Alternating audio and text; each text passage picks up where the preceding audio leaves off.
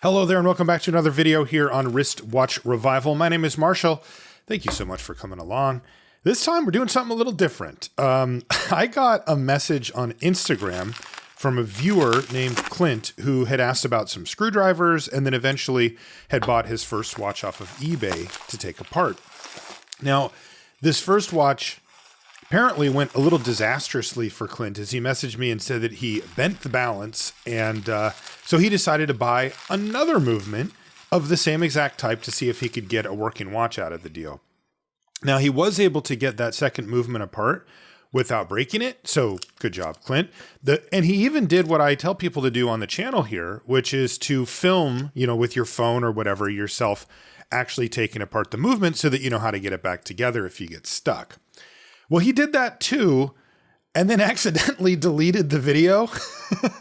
So he has two disassembled watches that he got off of eBay and has no idea how to get them back together. So he said, hey, if you want these parts, you can have them. And I said, Clint, look, if you're game, I'd love to do a video about this where, you send me what you've got and I try to make a working watch. And he said he was absolutely on board for it. So that's what we're doing here. As you can see, this is a Sears watch that he bought.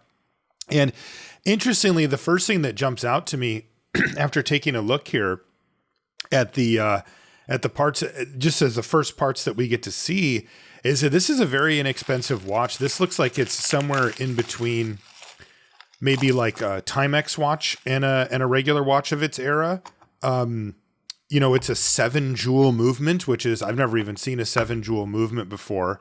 That means that there's only jewels on the balance and on the pallet. That's it. So there's 3 on the pallet, and then there's 2 on top of balance, 2 on the bottom. And it looks like we can see the bent balance from Clint here. That's a tough one. These type of watches, the closest I've come to working on something like this is the Mickey Mouse watch that we worked on the channel here. So I might have also bitten off a little more than I could chew here, as I'm not familiar with these movements at all. And I was kind of envisioning that it might be, the kind of standard Swiss movements that we work on most of the time where I can figure out the parts just by looking at them. That is not going to be the case here. So let's see what we've got. As you can see, there's parts kind of floating around. There's a mainspring there. I see some hands in this, it's like a pill box that he sent it to me in, which is really clever, actually. This is a good way to send these type of parts. And as you can see, there's 2 of the same part there. So we've already got 1 duplicate. And that's what I expect. There should be 2 watches worth of parts in here somewhere. There's a couple of rotors. Don't know what that is. But what we need to do here from like a big picture perspective is first we need to get everything laid out, put into containers, and then what we'll do is we'll go through and try to figure out what we've got 2 of, what we don't have 2 of, and then we'll try to sort out what we're going to do from there.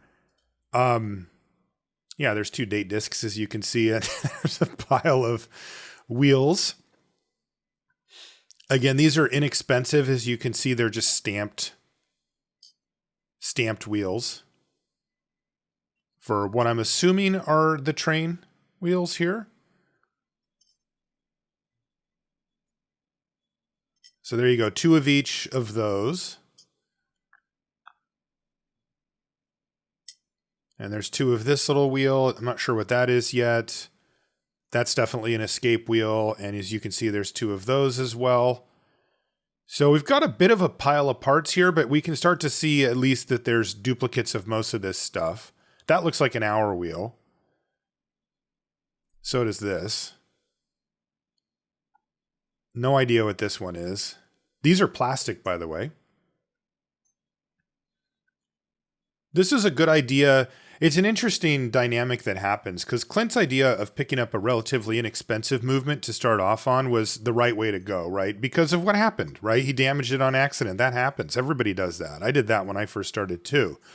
And so you don't want to, work on an important watch or an expensive watch, of course. But it does get interesting because he's picked one that was inexpensive now, but also inexpensive when it was made. This is a cheap movement. I mean, there's no other way to put it. This is just a movement that just is made out of a bunch of stamped parts. They're pretty clever with how they've made this thing. It was actually made in Japan for Sears, for a Sears watch. There's the pallet fork, which looks very strange as well.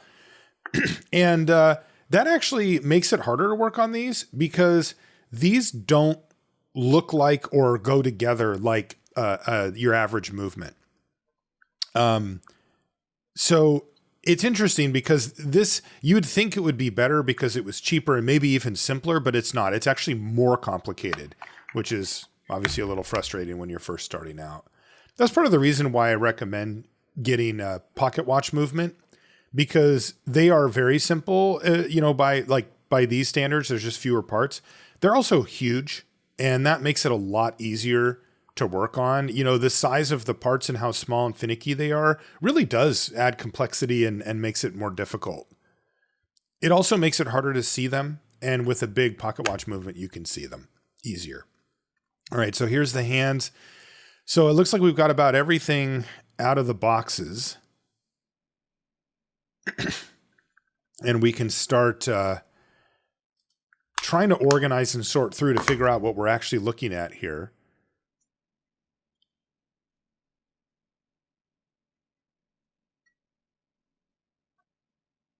Couple of date discs. There's the hands in there as well. There's only one winding crown, or winding stem with crown, I should say. So we'll have to make sure that we are careful with that. As you can see, these two parts are the same. Some type of cover plate. This looks like it might have something to do with the calendar, which this watch does have. This watch actually has quite a bit of features. It's an automatic watch with a calendar. Here's the rotors. They say Sears, Roebuck and Company. Used to be basically the biggest retailer here in the States. No longer.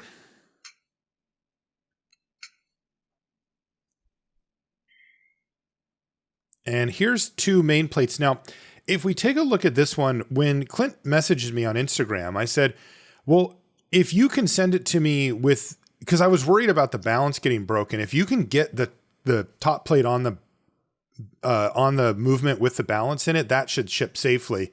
And he was able to do that. So great job, Clint. You can see that it's there. And that also gives us a hint as to how the watch goes together, because I'm going to need hints here for sure. And here's an extra mainspring. There's one there as well. And as you can see, that's how the top goes on. And then you can see that there's about 2 or 3. Yeah, there's 3 screws that would hold it down. And there's a mainspring in its barrel. I'll probably just use that one and keep it together.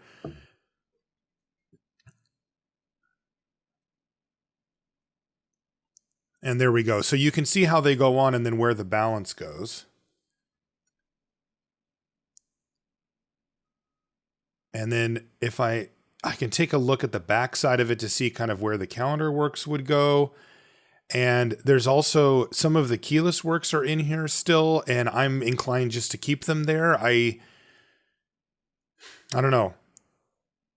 This is confusing. I'm definitely a little bit overwhelmed here, as I'm not sure how these movements go together. And yeah, there's the balance spring that Clint pulled on or whatever, and it ended up getting ruined. That is the most delicate part of the watch. I often say that on the videos. And you can see what happens. It can get distorted and it just stays that way. So I've got this cool little container for the hands. It's actually got kind of a membrane in there so that it holds the hands suspended, but soft. And then I'll use a dial protector here as well. Another concern is the dial doesn't have dial feet on it, which is a little bit strange. I'm not sure how it's held in, and we'll have to figure that out as well. So there is a lot to sort out here. And what I think I'm going to do now is let's try to pick the best parts we can, but just enough to make the one watch. So I'll pick one of each of the wheels and just give them a visual inspection, and just if they look good, I'll pick them. There's an escape wheel to use, and there we go. And so my goal here is to have one tray with all of the parts that I need for the watch, and then the other tray to have everything left over, basically.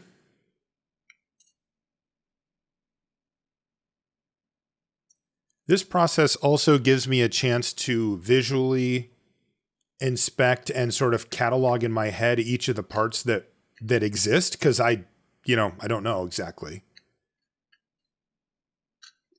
So there's a movement ring as well as a calendar ring and a gasket. And I guess I'll just take the prettier looking rotor. I don't think it really matters. I mentioned the winding crown and stem. It's the only one of those. I don't know what this is, but there's one of them, so I'll take that. Now this, I know what that is. Those are the pawl levers that will be used for the automatic works. So these are little hints that I can find because I know what kind of wheel those act on. And it's a wheel that has very fine teeth that only go in one direction. And so I'll keep my eye out for that to then figure out which wheel that thing actually is going to go on, for example. So there's little tiny, kind of 1-2 punches that I'm putting together. I don't know what that part is. I don't know what that is either. You can see I've already got the cannon pinion there as well as the pallet fork. That's a C-clip. That usually goes on the rotor or on something on the calendar, one or the other. So we'll have to see. And then I'm just going to grab a bunch of screws. I figure I'll have extras. These movements, kind of one of the hallmarks of these cheap movements is that they don't use very many screws. For those of you that watched the Mickey Mouse video, the Timex movement, it has like 3 screws or maybe 4 total in the whole entire movement. Okay, there's some type of cover plate. And another one. And I'm going to grab this top and bottom plate as well as the balance because this one has the working balance on it already. Okay, so now I've got what I believe to be a whole watch worth of parts in my container here. And just take a quick look at the case. It looks like the crystal's pretty scratched up. The case is plated, as you can see. The brass is sticking through the back there where it's worn off. I can just take out this crystal, though. This is ostensibly a dive watch, but it's not really. Like, you wouldn't want to take this thing in the water, I'll tell you that. I don't think I'm going to do much to the case. I just kind of want to see what's going on with it. I'm not looking to do like a full restore on this thing. I just want to see if I can get the movement back together and actually running. That's kind of my goal for this project. And, get a functional watch out of the deal for sure. Okay. And as you can see, water resistant stainless steel back. Usually when a brand is really happy that they have a stainless steel back, it means the rest of the watch isn't stainless steel, which probably isn't great. And that is the case here. It does say Sears and Roebuck on the inside, which is kind of cool. Okay, so the case looks fine overall. Maybe it could use a new crystal. I'll have to address that in a bit. But for now, I've got, well, again, a few parts kind of hanging around that don't look like they're good. But from the good container here, we actually have what looks to be at least enough parts to put together an entire watch. So let's get cooking on this and see what we can do. First, it's going to take some thinking, right? Like how could these things go together? As you can see, I've got both the plates there. Now that is the barrel, and I know I can see on the movement where that will go. And I'm just going to use it. And these must be the train of wheels, because I see the escape wheel, and then I see the wheel with the long pinion is going to be the 4th wheel, and then the big one is going to be the center wheel, so the other one has to be the 3rd, and then there's the pallet fork. I don't know what that is.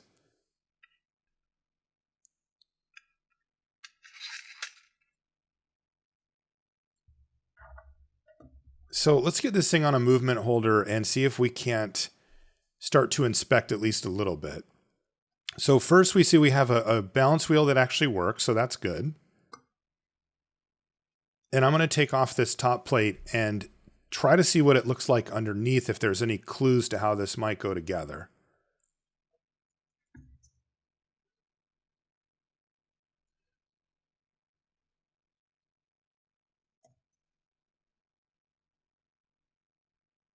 Okay, so as you can see, there's no wheels under here or anything outside of the balance. But there are still some components of the watch in place. And hey, I'm going to take that as a win. I'm not going to mess around further. Here's the balance. And again, you can see that it's actually attached as well to that plate.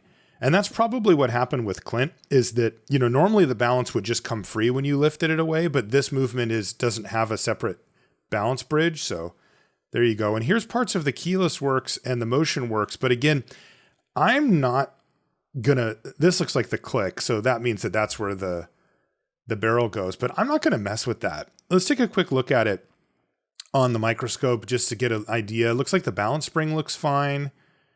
The pivot looks okay. You can see the jewel there, the impulse jewel's in place. One of the few jewels on this movement. Okay. This is what some of the pivots look like. Here's, again, part of the motion and keyless works. I'm trying just to get an idea for how these could go together, because that's where the winding stem comes through. Okay, this is bugging me. Is this bugging you? Yeah, let's get this out of here. There's like a piece of fiber or something. Ugh, that was really bugging me. Okay.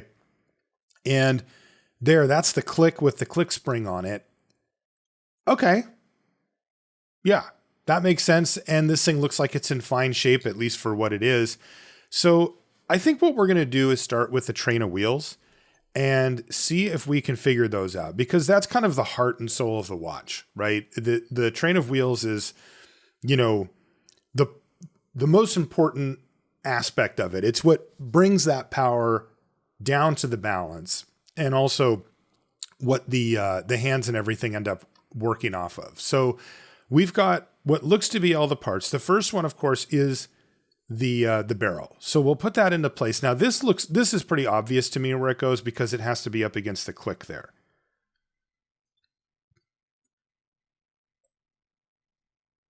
Okay. Yeah, like that.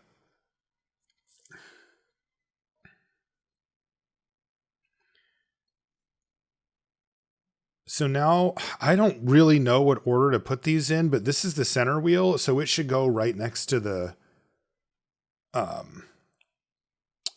barrel.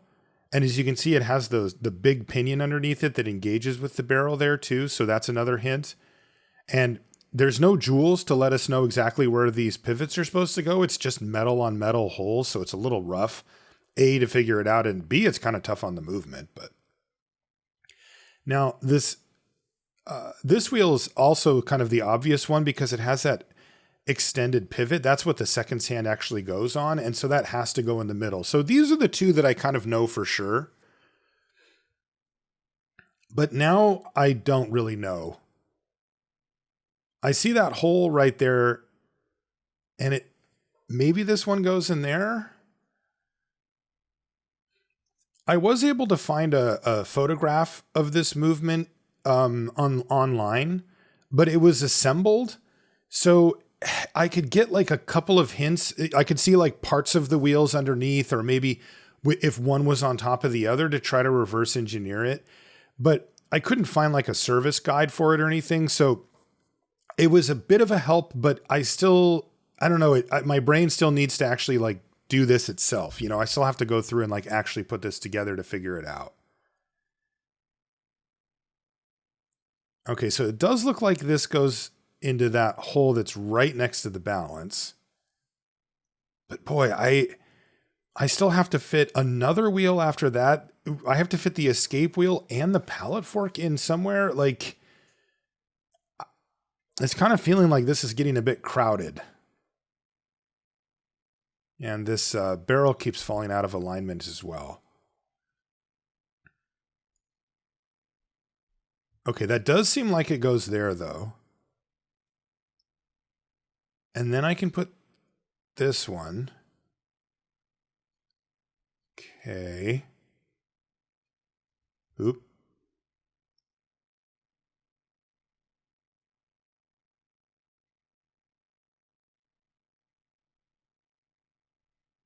Still. Okay, and then that engages there, and then the other one engages with the bottom of the barrel. Okay, so this is starting to make some sense. And then, of course, this one goes in the center. So that's easy. But where does the escape wheel go? And the pallet fork, because it all has to fit in here. This is the escape wheel. And it's weird because I don't see like a hole, like a pivot hole for it. There is a hole on that upper part, like just a straight up hole, and maybe it goes through that and then there's a pivot down below. Oh, this is hard. So let's try that. See this hole? Yeah, well, there's that hole there. It's pretty much the only place it can go. But there has to be a pivot hole down below it on the bottom part of the plate. Yeah, that does actually look like that's where that goes. But I can't seem to get it seated properly. There we go. Oh, maybe? A lot of feel here as well, since we're kind of guessing. And then if I put this one in, okay, now that one engages with it. So that actually does work. And it looks like we have the train of wheels at least roughly in place, except for what about the pallet fork and what about this thing?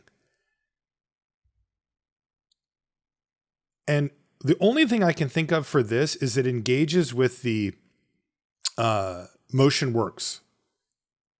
So I think it just goes here, which means that it's an intermediate wheel. It's not actually part of the train of wheels, but of course I'd need it in place. So that fits there, and I'm going to assume that that's right. And now where I see there's this little divot on the end of that upper plate, and it must just sit there. And this is a sideways pallet fork. And this is the only place that it could go, because if you look at the jewels and how they're arranged, they have to face the escape wheel. Those two jewels have to engage with the escape wheel. And if that's the case, it means that there is only one place for this thing to go, and it's in that little divot on the upper plate. But this is a really flimsy pallet fork and very difficult to set in place. It also wants to hit the other wheels every single time I do. It wants to bump the other ones out. I'm just throwing it around. Oh God, what have I gotten myself into?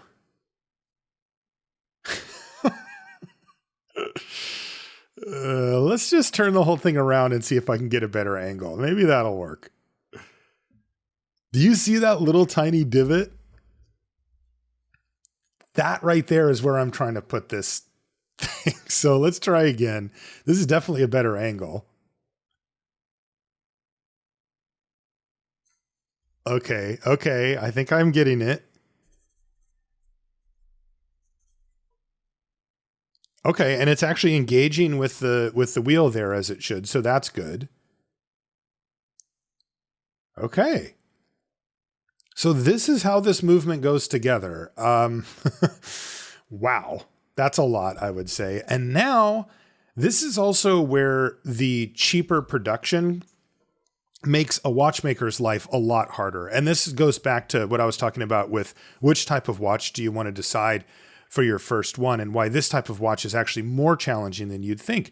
There's one plate that has to engage with all of the wheels that we just put in, including the escape wheel, including the pallet fork, and even including the balance, and then of course all the rest of the wheels. They all have to get engaged in their pivot holes simultaneously.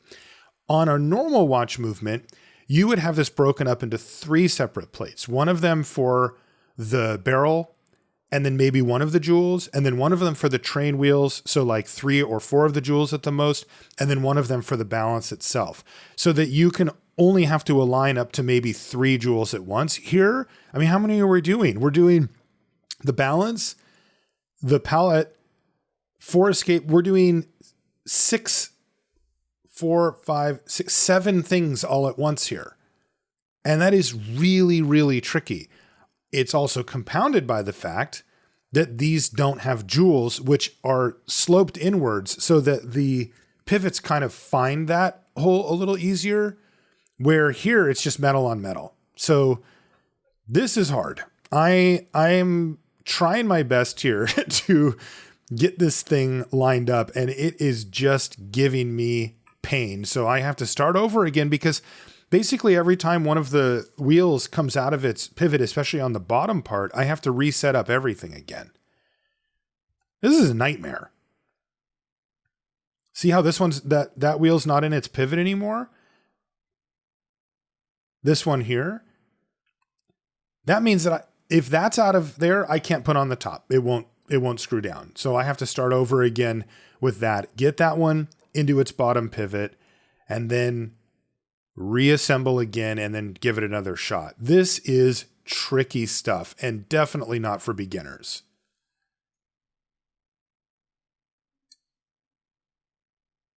Okay, put this wheel back in. Goodness sakes alive. Make sure that things are seated properly, lined properly.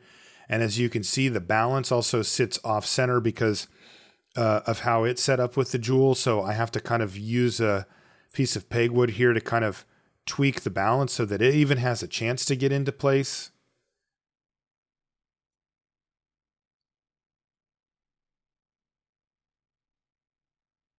Okay, it looks like one or two of them may have engaged.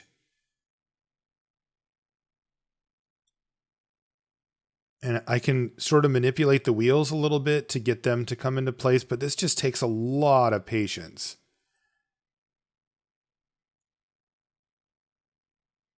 Ooh, it looks like, okay, so the balance and the pallet fork are engaged. Okay, start over again. God. I thought I had it there for a minute, but then I put too much pressure with the pegwood and I knocked the whole thing off and I have to start over again. Oh my God, this thing.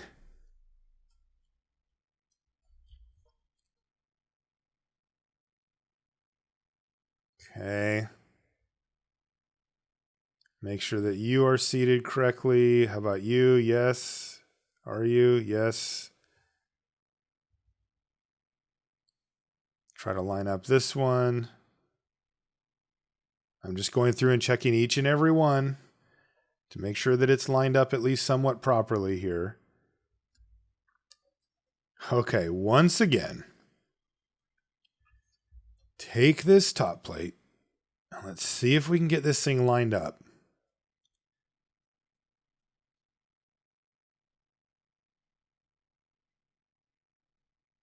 Okay, once again, a couple of them have engaged, so that's a good start.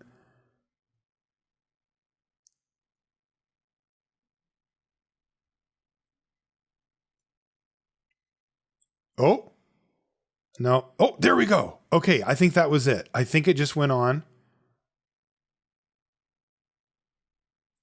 Yes, it looks like the balance wheel is spinning freely. So let's grab screws here and try to tack this thing down while we have it. That's how it always goes, by the way. You spend all this time and then it just eventually goes, okay, and it just goes into place. It's unreal.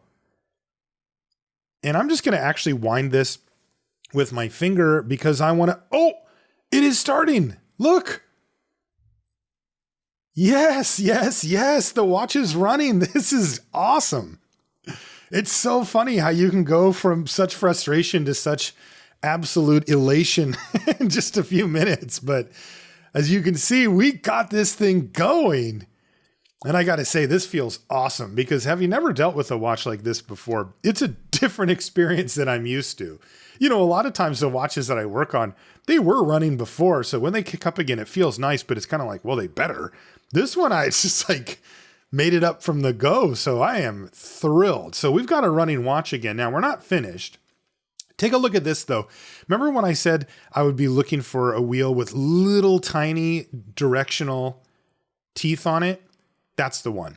So once I see that wheel, I know that that's the one that the magic levers, as they're called, are going to engage with. So I knew that those two were going to go together. And this is the automatic winding works going on. And I have to say, it is such a simple mechanism. The design is really very cool. It's kind of super utilitarian, very stripped down, but it actually works really well. And I'm always impressed by design like that. So basically, I'm going to put the magic levers on here, though I can't figure out why it won't go. Yeah, maybe at this different angle. But it doesn't seem to want to seat itself. Oh, well, that's why I had it on the wrong post. I guess that makes sense. So, yeah, but these things are really simple. And, you know, I often think about this. There's a saying that restrictions breed creativity, right? This is the idea that, like, if you're just a really creative thinker or designer, you know, you give yourself some parameters and all of a sudden, you know, you can really kind of go crazy. Where if you have kind of the whole world to design to, it's a little bit too broad and it can slow you down. And I think the restrictions on price really made this like basically like a 4-part automatic winding rotor, or winding works, which I think is really impressive. So this plate actually goes on top of the other plate, and it acts as a way to hold down the automatic winding works, and also that hole on the left-hand side there is the upper pivot for that winding wheel, like this. But there is one problem. I already put a screw in that hole, and apparently it's supposed to go not through that, but through both of these. So I am going to have to take off that screw, but it's okay. I don't need to take apart the whole thing. I can leave the other screw in, no problem. And then I'll put this plate back on again. And as you can see on the bottom part there, you can see where the pivot meets that upper plate. Right there. There we go. And then I can grab the screw, and again, that's going to go through both of the plates now and keep them down. Just like that. Okay, so now we've got the upper plate on, and we can flip the movement over and start working on the other side. So the cannon pinion goes on just like normal. And then this looks like the minute wheel, and that really can only go in one spot. So that's kind of, there's really only one place for it. And then this is the hour wheel, and that goes over the cannon pinion. So this stuff so far looks pretty straightforward. Now, I don't know what the heck this thing is, though. It looks like it might be a calendar thing. And there is a hole here that is the right size for this plastic part, and it looks like it engages with where that hour wheel is. So I'm just going to guess at that for now. And yeah, that does look like what it is. And then there's this cover plate that would go over. Now, this actually does look like a pretty normal cover plate, although it is all one piece, which is kind of interesting. I just don't really know how this... Like, I'm trying to line up the holes. You can see where my tweezers are. There's a screw hole there. There's a post. There's another screw hole there on the top. That's the calendar jumper spring. I just don't really know how this all kind of goes together. So what I'm going to do is I'm going to take a screw and just kind of tack down this plate. And that'll let me kind of tweak around with it to see if I've got it right, or if I need to tweak anything, because I'm looking at this jumper spring here and it shouldn't be sticking out like that. That's for sure. And now it's just out of alignment. Yeah, I don't know what the heck is going. Okay, maybe that's right. No, that jumper spring still doesn't look right. Now, there's a chance that it's just bent a little bit and needs to go back underneath the calendar. So I'm going to see if I can... Yeah, this kind of feels weird, but maybe there's a way I can... Like that?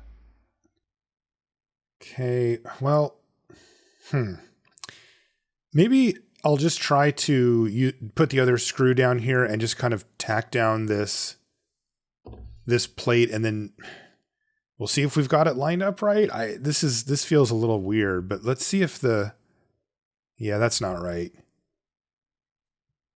It's not, that jumper's just not, oh, there it goes. Oh, there we go. Okay, Well, that's what we wanted to see. And then I'm assuming that big plastic wheel just is the thing that actually turns it over. And we could try putting in the winding stem and crown just to make sure that we can wind up the watch and such. But it doesn't want to seem to go in. And this is normal setup again. But it looks like I can just loosen up this bar that goes across, which, by the way, that was one of the parts that we put into our tray. But it looks like since I used the movement that already had a few parts on it, that was one of them. Yeah, there we go. That'll wind the watch.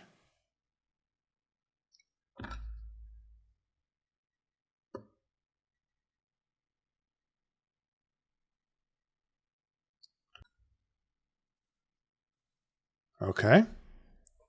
It winds the watch. And it looks like it engages with the other positions as well. So take a quick look at the case. And again, I'm not going to really spend a whole lot of my time on the case here because that isn't really what this watch is about. This is a watch about learning and, you know, me taking on a challenge and trying to help out a viewer. So I'm going to replace the crystal on it just because brand new crystal always looks so good. And I'm just going to hand press this one in because it looks like it's about a perfect fit.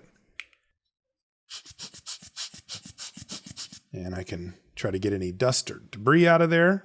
Oh, that's nice. That looks better. It's amazing what a new crystal can do. Now, I don't know how the heck this dial works, though. It doesn't have dial feet. So, as you can see, there's no dial feet, and there never were. That's the part that's kind of interesting, is that it's not like they're missing. I did notice, though, that there's a little tab at the top, and I'm wondering if it fits into this movement ring, which then kind of grabs onto the movement. Yeah, that does actually seem to be the case. At the 12, there's a little tab that lines up with part of it, as you can see there. And then I guess it just sort of grips around the side. Yeah, there. See, that's how that tab needs to line up to get this thing to work right. Not the best way to put a dial on a movement, but whatever. Again, this was cheap. 7 jeweler. So let's just throw the hands on here real quick.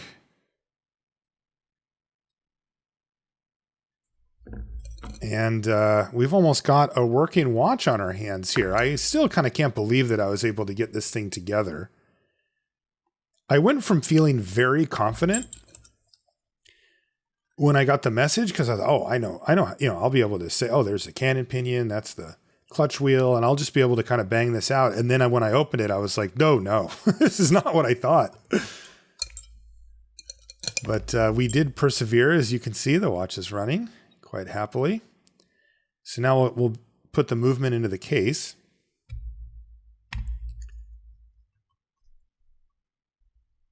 The movement ring does have a crack in it, which probably didn't help. And now I can put the winding stem back in, but again, I have to kind of unscrew this bar that goes across it.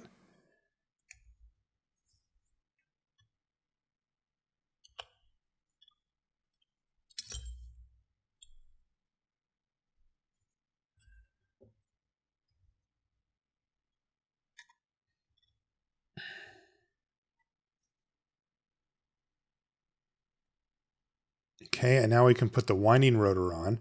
And the way this rotor works is really cool. The bottom below it, you can see that circle is mounted off center. And that just means that when it turns, it pushes those bars around, which then pushes those levers, and that winds the watch. It's really that simple.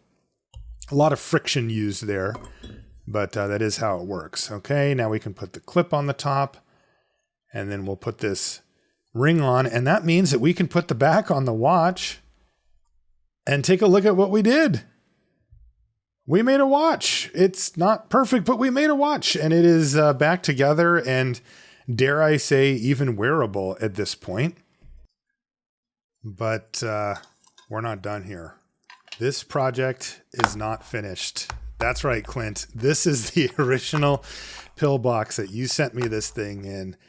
And you, my friend, are going to receive this watch very much disassembled as well. That's right. I'm going to take this thing completely back apart, but this time I am going to put it only the parts that you need into this box so that you'll know exactly which parts you need to put the watch together, because I want you to do it yourself. And you know what?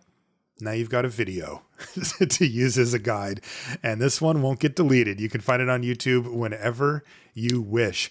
This, of course, is a learning journey for us, right? I mean, that's part of the big part of the hobby. It's, you know, for somebody like Clint, it's not like just having the watch finished is what Clint's goal was. He wanted to learn and to understand and to take something apart and have that satisfaction. And who am I to take it away from him? So I am completely disassembling this watch again after all that effort. It does feel a little weird for me to do it as well. Don't worry. And I'm going to send it back to you, Clint. And if you look at the pillbox, that will have all the watches for the, all the parts for the watch that you need. Everything else that I'm going to send you in this green box will be extra parts that you don't need, or maybe if you lose one or break one, you'll have it as well as the case and such. So that is going to do it for this video. Thank you so much for coming along. I really appreciate it. If you like what I do here on the channel, you can help me. You can help support the channel via Patreon, which is the link is in the description below. And it's just, you know, a way to support the channel. Basically, you know, these videos are pretty time and cost intensive, and it really does help out every little bit. And I want to thank everybody over on the Patreon, particularly Trevor, Spencer, Ross, Robert, Ralph, Nate, NT, Mitchell, Michael, Mikey, Kevin, Jason, James, George, Erica, Dustin, Dominic, Chris, Brenton, Brian, Brett, Alex, and Brad. And of course, I want to thank you for watching. Thank you so much. We'll see you next time.